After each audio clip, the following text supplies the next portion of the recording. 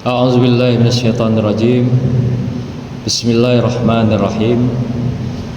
Assalamualaikum warahmatullahi wabarakatuh.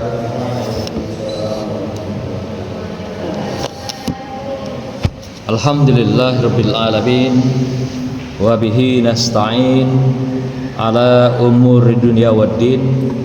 Wassalatu wassalamu ala asrafil anbiya'i wal mursalin Sayyidina wa maulana Muhammadin wa ala alihi wa sahbihi ajma'in.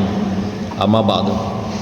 Yang saya hormati para tuan guru, alim ulama, cerdik pandai, ustazah, yang saya muliakan para jamaah ibadah salat zuhur yang berbahagia, wabil khusus yang saya muliakan anak-anakku sekalian, santri santriyah yang dimuliakan Allah. Pertama-tama kita bersyukur atas nikmat Allah yang telah mempertemukan kita kembali pada kesempatan yang berbahagia ini. Kembali kita melanjutkan kajian kita pada siang hari ini, yaitu pada surah Al-A'raf ayat 132. Namun sebelum itu kami menyampaikan beberapa simpul-simpul pembahasan yang lalu, supaya apa yang kita bahas hari ini punya hubungan, ada kaitannya dengan pembahasan sebelumnya dan yang akan datang. Pada ayat yang lalu, pada 130, Allah telah mengisahkan Fir'aun dengan seluruh sekutunya, kroninya, dan juga dengan Musa alaihissalam, Nabiullah Musa alaihissalam dengan jamaahnya atau umatnya yang dikenal dengan Bani Israel. Pada ayat 130 Allah mengingatkan dengan cara agar kaum Fir'aun ini dengan seluruh orang-orang yang menjadi kroninya itu mau bertaubat kepada Allah. Caranya adalah mengingatkan dengan memberikan berbagai hal yang sifatnya menjadi kebutuhan dari masyarakat pada saat itu. Apa yang diberikan oleh Allah pada mereka, kepada kaum Fir'aun dan sekutunya ini, yaitu adalah wanaksi minas samarat. Apa itu? Adalah suasana kesulitan dalam bidang pertanian atau masa-masa paceklik. Kalau di istilah kita itu masa paceklik, panen gagal, banyak hama, banyak tikus, banyak belalang dan sebagainya, sehingga masyarakat gagal panen. Ini Allah berikan kepada mereka, mengingatkan agar Fir'aun dan juga seluruh kaumnya itu mau sadar kepada Allah, karena betapa banyak kenikmatan yang telah Allah berikan pada mereka. Kepada Fir'aun ini, daerahnya luas, kemudian daerahnya juga subur, dan juga tanam-tanaman semuanya bagus, baik, dan buah-buahan yang terkenal itu dari Mesir gitu, kawasan Mesir itu. Jadi hampir semua buah-buahan itu ada di Mesir itu. Saya berapa kali berkunjung ke sana, itu saya lihat semua buah ada di sana. Jangankan sayur-sayuran, buah-buahan sampai begitu. Seperti tebu pun banyak di sana, pisang apalagi dengan segala jenisnya. Nah, sampailah kepada suasana pertanian. Tapi Fir'aun dan kaumnya tidak mau bersyukur. Maka Allah berikan pelajaran, yaitu dengan paceklik. Bertahun-tahun itu Allah berikan, tapi bukan malah membuat Fir'aun dan kaumnya sadar. Seperti dikatakan ayat 130 ini. Apa yang dijawab oleh Fir'aun pada ayat 131? Fir'aun mengatakan yang lebih aneh lagi, bahwasanya semua kebaikan yang mereka terima itu adalah karena usaha mereka sendiri. Jadi semua kebaikan-kebaikan yang mereka peroleh itu adalah karena usaha mereka sendiri. Nggak ada usaha orang lain, nggak ada campur tangan siapapun, apalagi campur tangan Tuhan. Kira-kira begitu. Tapi ketika mereka mendapat kemalangan, diuji oleh Allah dengan paceklik itu, apa mereka katakan? Mereka mengatakan bahwa itu semuanya adalah gara-gara Musa dan kaumnya, gara-gara Musa dan pengikutnya.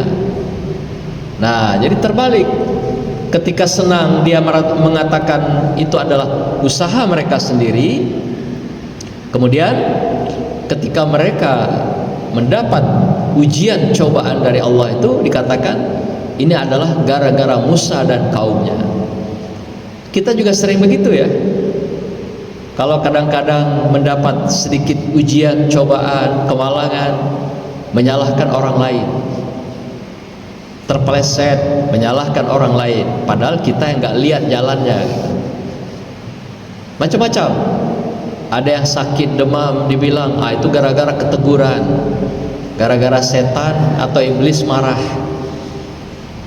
Inilah cara-cara berpikir Fir'aun. Jadi orang-orang yang menyalahkan orang lain, padahal itu kesalahan dan kelemahan dia sendiri dan dosa dia sendiri, lalu dia salahkan orang lain. Itu gaya Fir'aun. Hati-hati, di lingkungan kita banyak yang hidup seperti ini. Kesalahan kita sendiri, tapi dicari kambing hitamnya orang lain. Itu Fir'aun itu. Seperti inilah sikap Fir'aun. Padahal Allah katakan bahwasanya innama tayruhum indallahi walakin aksarahum la ya'lamun. Ayat 31 itu. Allah katakan bahwasanya ketahuilah sesungguhnya nasib mereka itu di tangan Allah. Jadi baik nasib buruk, kemalangan, musibah atau kebaikan dan keberuntungan, sebenarnya itu adalah di tangan Allah. Allah yang memberikan keduanya itu. Bukan karena faktor-faktor apakah jin, setan, atau juga gara-gara orang lain, tidak. Tapi adalah dari Allah, karena mereka sendiri. Kalau mereka melakukan kebaikan dan kesolehan, maka mereka akan menerima kebaikan yang sama.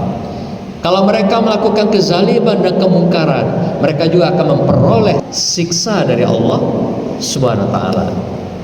Nah, tapi mereka tidak tahu, kata Allah. Sesungguhnya nasib mereka itu di tangan Allah, namun kebanyakan mereka tidak tahu dengan apa yang sebenarnya terjadi di dalam hidup mereka. Karena mereka tidak mendekat pada Allah. Kalau kita dekat pada Allah, kita pasti paham semuanya itu adalah kekuasaan di tangan Allah, rezeki dari Allah, dan semuanya adalah pemberian dari Allah. Nah, tapi dasar Fir'aun tetap saja begitu. Sudahlah dia ingkar, sudahlah dia syirik, kemudian menjadikan orang lain kambing hitam pula. Inilah dasar Fir'aun. Allah abadikan Fir'aun ini cukup lama berkuasa, selama 66 tahun. Jadi cukup panjang. Ada dua Fir'aun. Kalau anda nanti ditakdirkan ada sampai ke Mesir ya, nanti ketemu di sana ada dua Fir'aun. Fir'aun yang pertama itu dikenal dengan Ramses I. Ramses namanya. Itu berkuasa cuma 2 tahun. Itu juga keluarganya Fir'aun sebenarnya, saudaranya Fir'aun. Nah, kemudian ada Fir'aun yang kedua. Ini yang Dajjal itu, Fir'aun yang kedua ini yang berkuasanya 66 tahun. Ini yang Dajjal itu ini, yang zalim, yang mungkar dan ingkar dan syirik kepada Allah dan kafir pada Allah.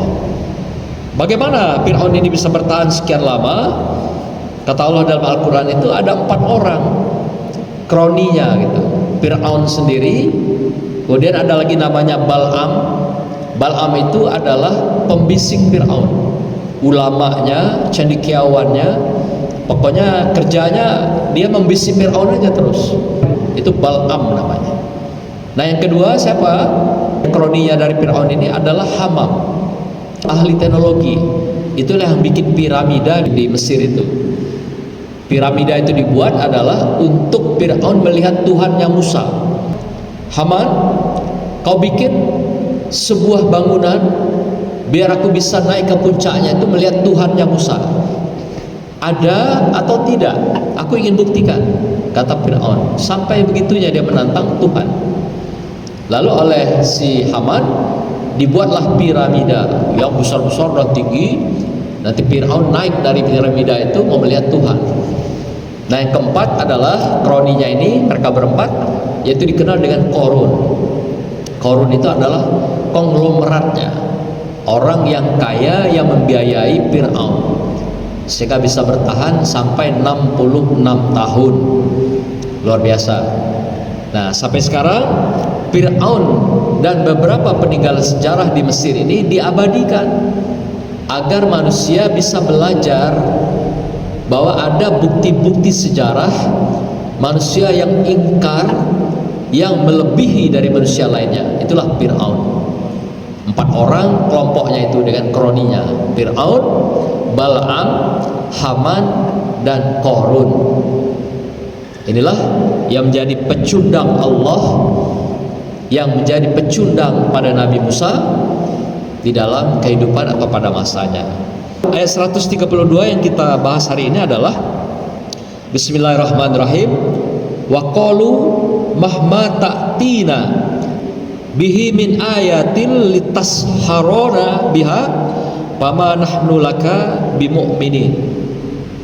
Dan mereka berkata kepada Musa, bukti apapun yang engkau bawa kepada kami untuk menyihir kami tidak akan beriman kepadamu.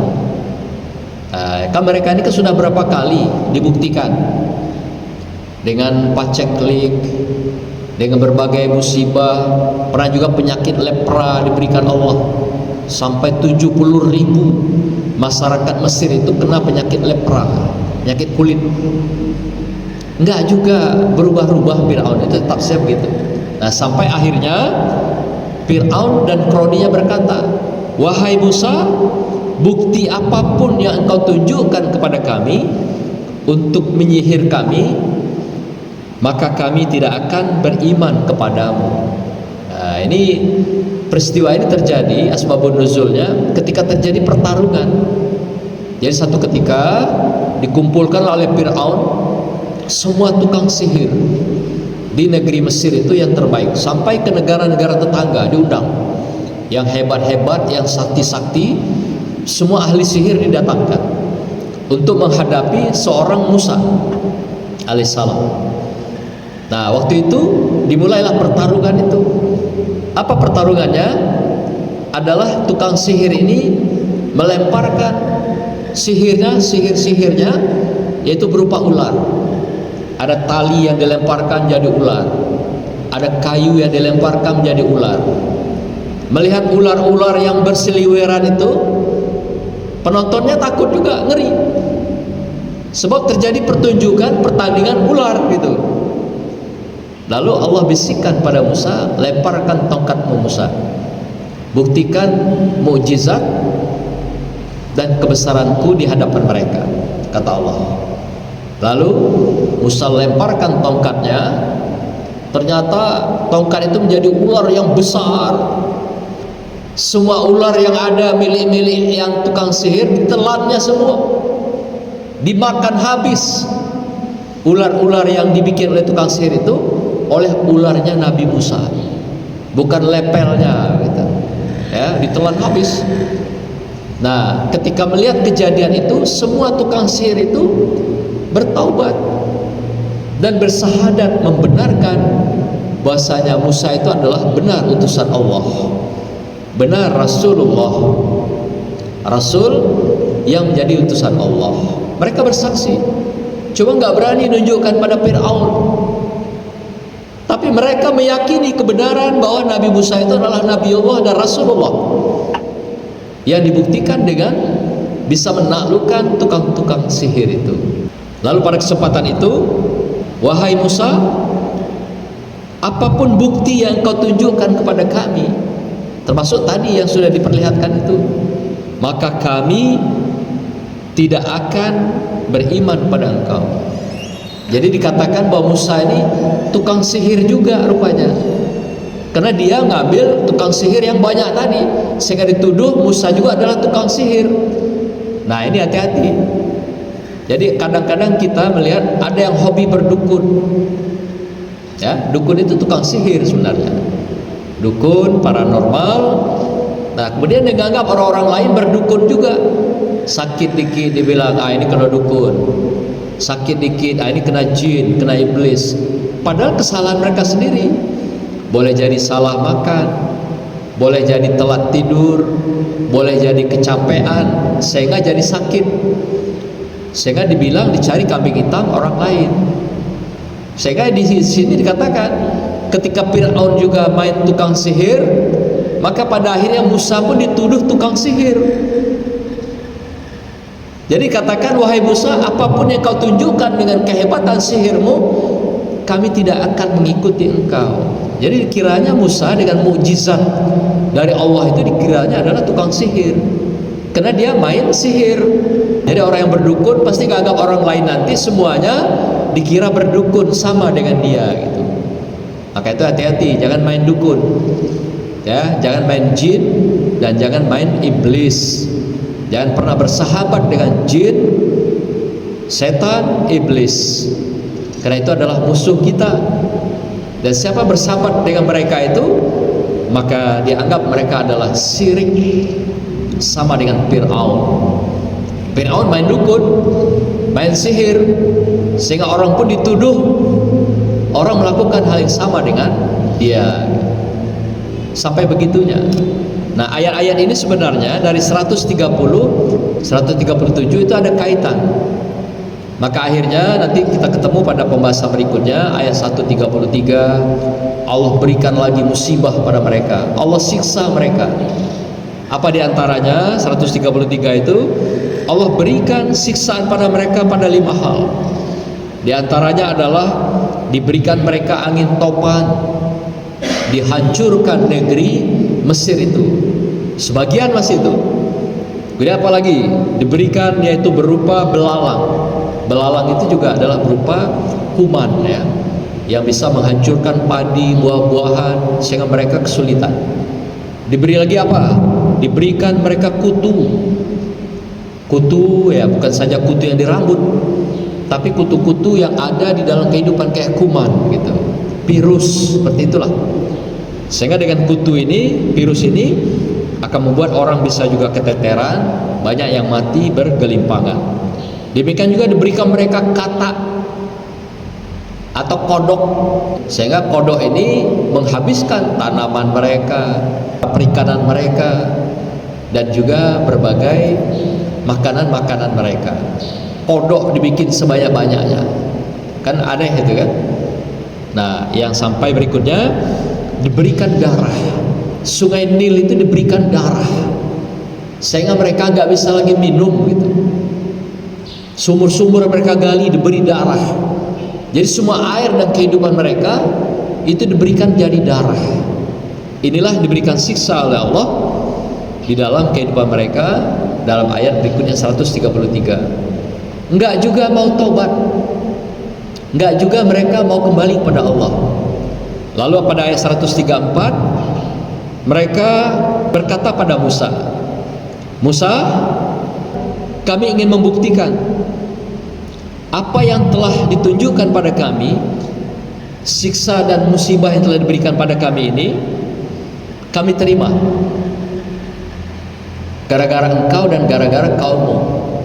Sekarang begini saja, coba kau berdoa kepada Tuhanmu dan minta dibebaskan segala siksa yang menyiksa kita ini, baik itu siksa angin topan yang silih berganti, demikian juga dengan belalang, kutu, kodok, dan darah yang air tadi jadi darah.